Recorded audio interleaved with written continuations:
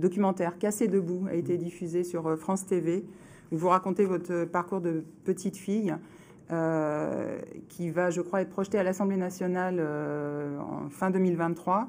Est-ce que ça a changé la donne? Est-ce que ça permet quand même d'éveiller les consciences et les prises de parole des victimes? Alors, suite à ce documentaire, j'ai été un petit peu submergée de témoignages, notamment de parents qui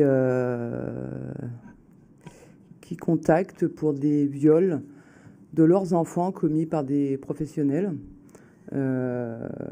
Donc parce qu'il faut savoir que dans ce documentaire, il y a aussi une famille qui explique en fait tout son parcours un petit peu judiciaire. Voilà, c'est 11 enfants qui ont été victimes de viols dans une institution. Et bien en fait, on s'aperçoit que ces viols, c'est pas que dans une institution, c'est dans beaucoup d'institutions.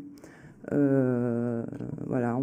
Mais on se rend compte aussi que cette omerta qui règne dans les institutions, que ce soit les adultes comme chez les enfants, c'est une omerta qui n'est pas que dans les institutions. En fait, c'est une omerta qui a lieu dans la société, puisque vous voyez, par exemple, en ce moment, il y a une campagne de communication sur la lutte contre les violences sexuelles faites aux enfants, donc par le gouvernement. Et je suis quand même assez surprise que pendant 3 jours de débat ou d'échange au CNCPH, il n'y a pas une table ronde sur ce sujet, puisque c'est quand même des enfants qui sont 5 fois plus victimes que les autres. Et on sait que dans une classe, il y a 2 enfants par classe qui sont victimes de violences sexuelles ou de viols. Donc, l'omerta, en fait, c'est nous qui la cultivons, cette omerta. On ne veut pas en parler, on sait, on dit rien, on voit, on fait comme s'il ne se passait rien. Voilà. Donc on peut avoir toutes les excuses possibles en disant je ne sais pas comment faire, je ne savais pas, tout ça. Il y a des outils qui existent, il y a beaucoup d'outils qui existent pour repérer les violences, pour comprendre les violences, pour prendre conscience des conséquences d'un viol.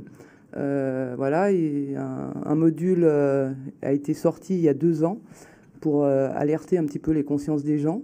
Voilà, c'est porté par le gouvernement. Et puis dans fin septembre, octobre, un autre module à destination des professionnels va sortir pour justement repérer, accompagner, prévenir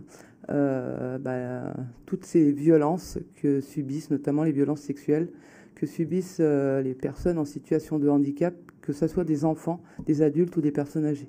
Puisqu'on oublie quand même qu'une étude a été menée sur les violences sexuelles dans les EHPAD. Et en fait, les femmes en EHPAD sont violées en toute impunité. Et d'ailleurs, je vais juste faire une petite aparté sur les EHPAD. J'ai rencontré un directeur d'établissement d'un EHPAD et on parlait des violences, notamment des violences sexuelles commises sur les personnes âgées. Et il m'a répondu oui, de toute façon, la maladie d'Alzheimer, elle ne s'en rappellera pas. Voilà. Donc ça montre encore une fois que c'est un sujet qu'on ne veut pas se soucier, qu'on ne veut pas parler, puisqu'en fait, en tant qu'être humain, je pense que ça dérange, ça vous dérange en fait. Voilà.